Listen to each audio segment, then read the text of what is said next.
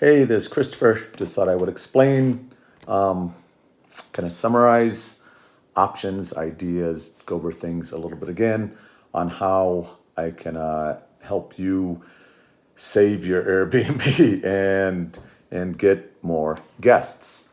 So we have most people seeing a big drop in their bookings, right? Like minimum 15, 20%. And a lot of people have dropped already down to 50 or 80% from the last year or two. And you know what caused it? The economy is not as good. People are saying that Airbnb is trying to get rid of hosts, which I don't know why they would want to do that. I actually just saw an ad from Airbnb saying start hosting today. I believe it's an oversaturation of hosts, and when there's too much supply for the demand, you have to go cheaper, which is why Airbnb just came out with and said, why doesn't everybody rent rooms instead of your place? So which doesn't work for a lot of hosts or guests. I wouldn't want to do that, but it's good for them.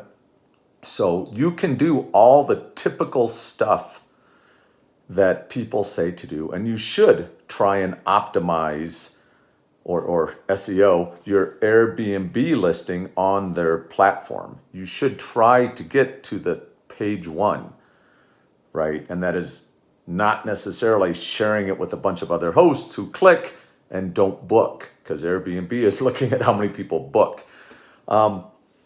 So when you search for your area, and there's a dozen different guides, and everyone has this advice everywhere, and 12 things you can do. You search in your area, you look at the listings. How can you make yours pop?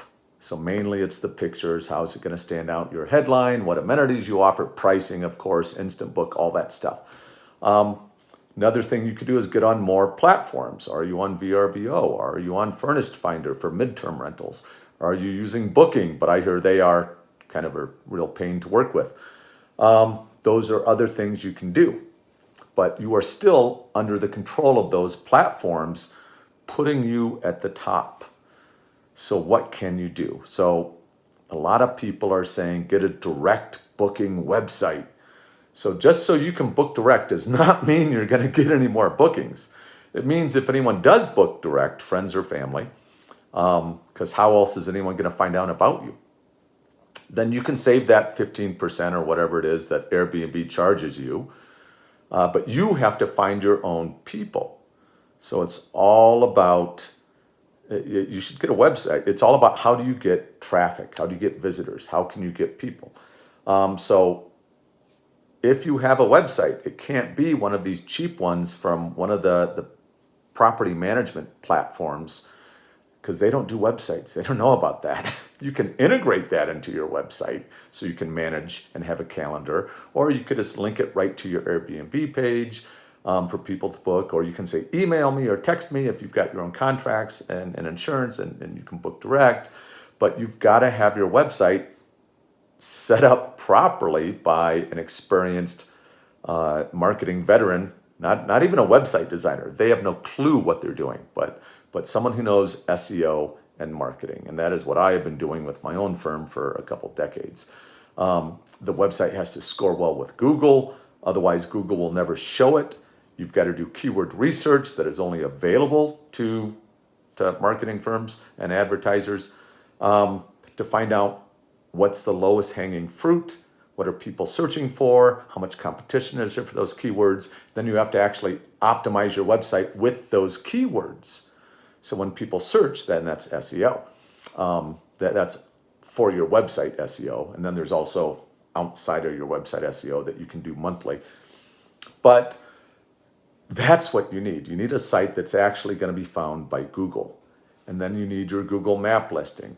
And then, which is the platform that you have more control over. But then there's Google Vacation Rentals, which is just like a map listing, except again, you're on someone else's platform then. And how Google Maps works is they look at your website to see the keywords, to see if it matches the search results. They see how long people are on your website. Is it a good website that engages people? They see your reviews and how many stars you have. All of these things come into play.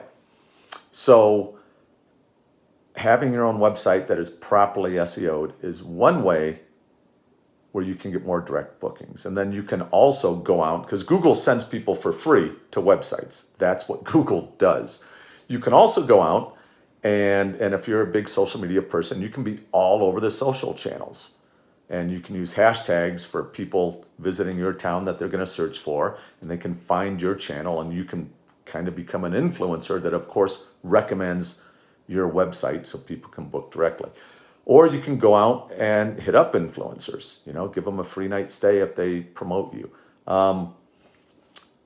And lastly, there are paid ads, and it's all a numbers game.